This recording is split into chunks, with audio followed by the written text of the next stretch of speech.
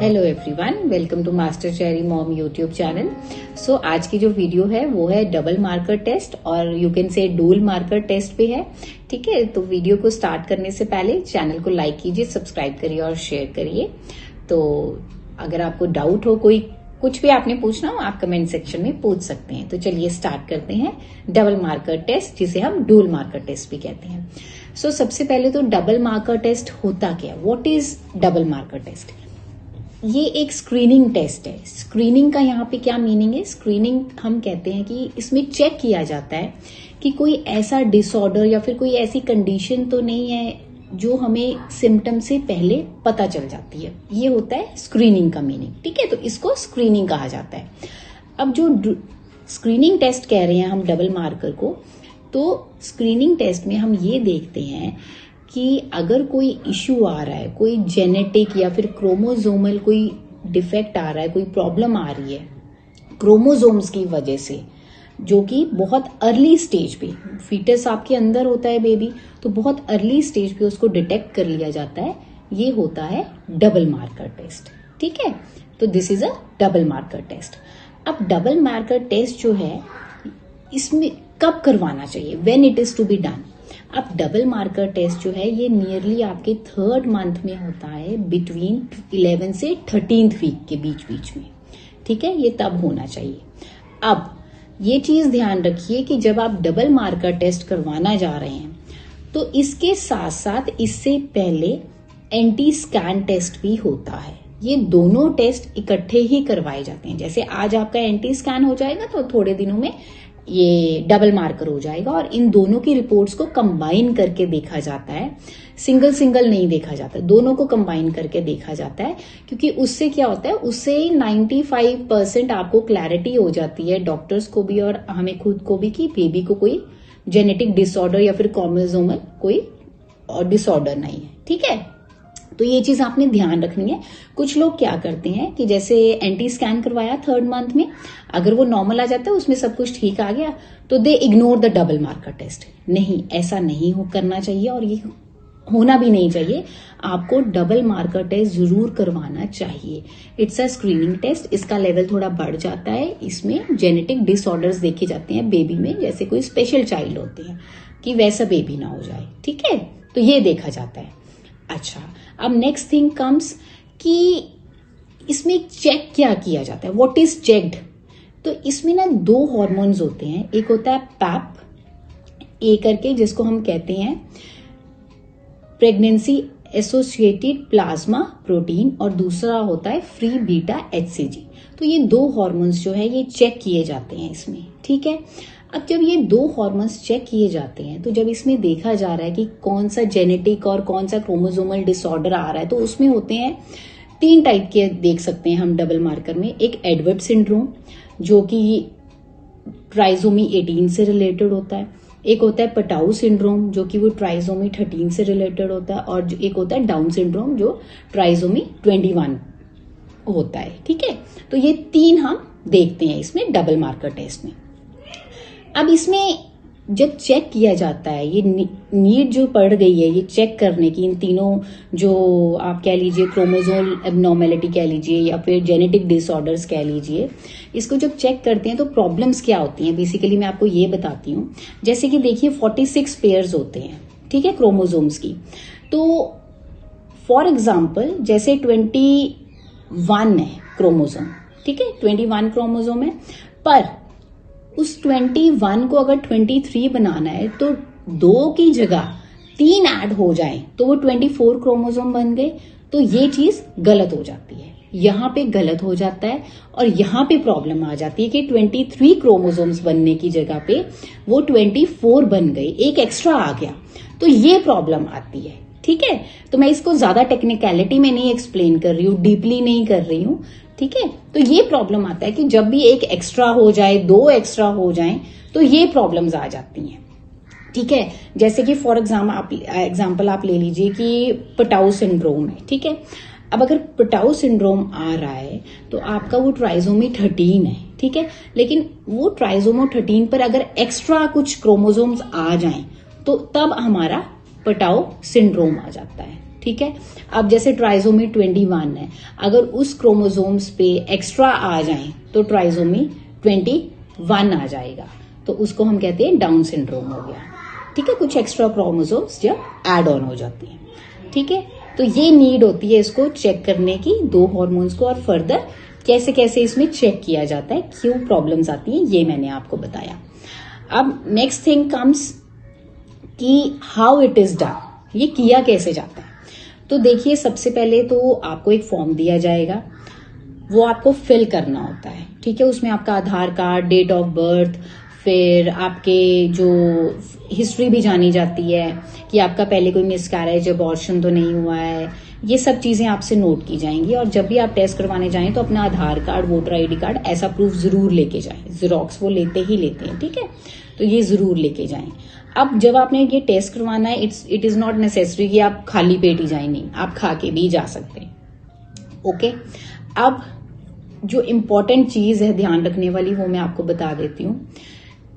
कई विमेन्स को HCG के इंजेक्शंस लग रहे होते हैं। ठीक है, तो जब वो HCG के इंजेक्शंस लगते हैं, अगर फॉर एग्जांपल आपको HCG का इंजेक्शन आज लगा है और कल आप डबल मार्कर करवाने जाएंगे, तो वो नहीं होगा, आपको गैप देना पड़ेगा। एटलीस्ट 5 डेज का तो गैप होना चाहिए, 4 to 5 डेज का। ठीक है, करवाने से पहले आप उस लैब में जहां भी जा रहे हैं करवाने के लिए, उनको पहले बता दीजिए कि आपको HCG के इंजेक्शंस लग रहे हैं। तो अगर जैसे आज लगा है तो क्या मैं कल आ सकती हूँ डबल मार्कर करवाने, जरूर पूछना है आपने। क्योंकि मेरे केस में मुझे HCG के इंजेक्शंस लगते थे, तो आज जैसे मेरा एंटी स्कैन हुआ था, तो उसमें नेजल बोन जब नहीं आई थी, तो उन्होंने कहा था हम डबल मार्कर करते हैं। बट अंदर से स्पेसिफिकली कोई नर्स आए थे, डॉक्टर भी आए थे, उन्होंने मुझे पूछा था आपको HCG के इंजेक्शंस तो नहीं लग रहे। मैंने कहा मुझे लग रहे हैं, मुझे कल लगा है अभी इंजेक्शन। वो कहते कि फिर डबल मार्कर नहीं होगा, अगर होगा तो वो गैप पर होगा। ठीक है, तो इसलिए मेरा डबल मार्कर उस टाइम पे फिर उन्होंने नहीं लिया था, मेरा वो टेस्ट नहीं हुआ था। ठीक है, तो मैं इसलिए आपको बोल रही हूँ कि कहीं आप चले जाएं करवाने और वहां पे हो भी ना, और बाई चांस वो सैंपल भी ले लें और बाद में पता चले कि रिपोर्ट वैसे ही ठीक ना आए। अब आपने ये देखना है कि वो कैसे आपका करते हैं ये टेस्ट। वो आप वहां जाएंगे लैब में, वो आपका ब्लड सैंपल लेंगे, दैट्स इट, और कुछ नहीं होगा। आपका ब्लड सैंपल लेंगे और कुछ नहीं होगा। ठीक है, तो ऐसे ये टेस्ट हो जाता है। अब इसकी रिपोर्ट की बात आती है, तो रिपोर्ट जो है वो 3 मैक्सिमम 2 दिनों के अंदर तो आ जाती है। समटाइम्स 3 to 4 डेज भी लग सकते हैं, इससे ज्यादा नहीं लगते हैं। ठीक है, तो वो आपको रिपोर्ट भी मिल जाएगी। समटाइम्स ये डिले होते हैं कि 3 दिन लग गए, 4 दिन लग गए, अदरवाइज विद इन 2 डेज आपको रिपोर्ट भी मिल जाएगी।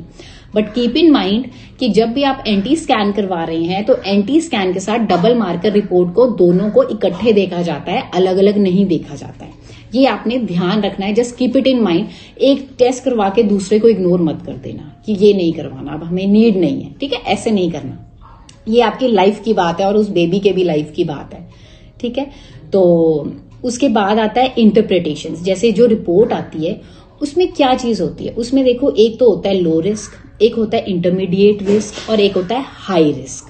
ठीक है, ये 3 चीजें आती हैं। अब लो रिस्क का मतलब क्या होता है? लो रिस्क का मतलब होता है कि कोई प्रॉब्लम ही नहीं है, एवरीथिंग इज फाइन। अगर आपका लो रिस्क आ जाता है तो एवरीथिंग इज फाइन, कोई इश्यू ही नहीं है, बेबी इज परफेक्टली फाइन। ठीक है, ये बात क्लियर।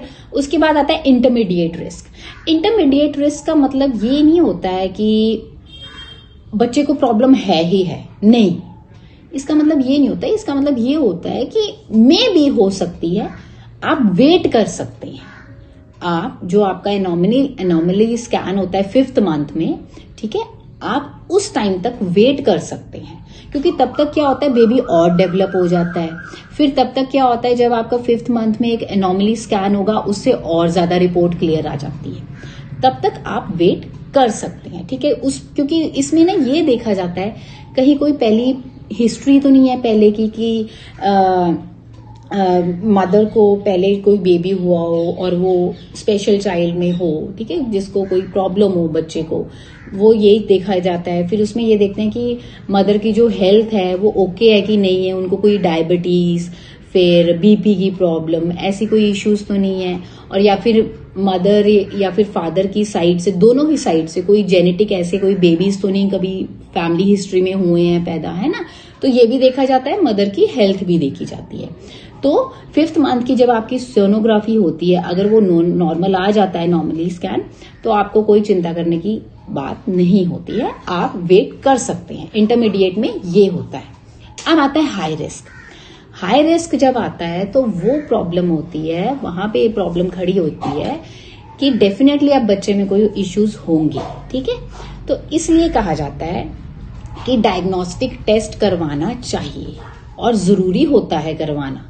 डायग्नोस्टिक टेस्ट मतलब कि जो टेस्ट होते हैं, इन्वेजिव टेस्ट जो होते हैं, उसमें जैसे कि ये NIPT हो गया, एमनियोसिस्टिस हो गया, है ना, ये होता है, क्रॉनिक विला सैंपल टेस्टिंग होती है, ये करवाते हैं, ठीक है, ये देखा जाता है। डॉक्टर जो होते हैं वो आपको, अगर आपका हाई रिस्क रिपोर्ट आता है तो आपको डॉक्टर वेट करने के लिए नहीं कहते हैं, ठीक है।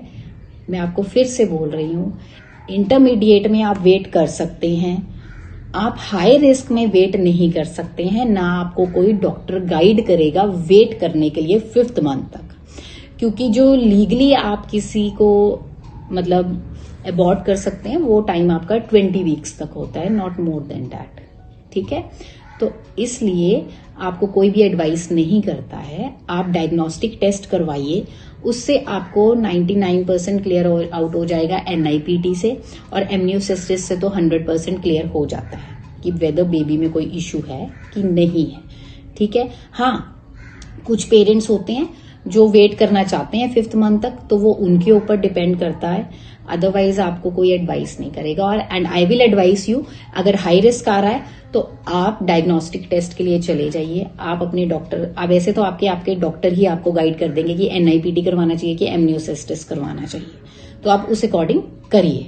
वेट मत करो कि हम 5th मंथ तक रुकते हैं, डोंट वेट, क्योंकि आगे जाके फिर टाइम नहीं रहता उस चीज को, फिर वो पूरा लाइफ टाइम का एक बन जाएगा, ठीक है। अब नेक्स्ट थिंग कम्स कि इसका प्राइस क्या है। तो इसका प्राइस जो है वो 2000 से लेके 3000 के बीच में होता है। It depends and it vary from city to city and lab to lab, ठीक है। फॉर एग्जाम्पल मैं चंडीगढ़ में हूँ, अगर आप गवर्नमेंट के किसी हॉस्पिटल में जाते हैं वहां पे बहुत सस्ता हो जाएगा, वेयर एज आप अगर कहीं बाहर जाएंगे प्राइवेट लैब में वो कॉस्टली करते हैं, ठीक है। मेरा जब NIPT हुआ या फिर मेरे जितने भी टेस्ट हुए तो वो प्राइवेट लैब में थे, तो दे वर बिट कॉस्टली, ठीक है। तो ये फर्क होता है और कुछ नहीं होता। और जो इसकी रिपोर्ट है डबल मार्कर टेस्ट की, ये मैं आपको नेक्स्ट वीडियो में शेयर करूंगी। तो आज का टॉपिक हमारा यही था, double marker test. I hope आप सबको समझ में आया होगा। अगर आपको फिर भी कोई डाउट हो तो आप कमेंट सेक्शन में पूछ सकते हैं मुझे कमेंट करके। सो मिलते हैं नेक्स्ट वीडियो में, तब तक के लिए bye bye, take care, and जाने से पहले do like, subscribe the and share the channel. Thank you.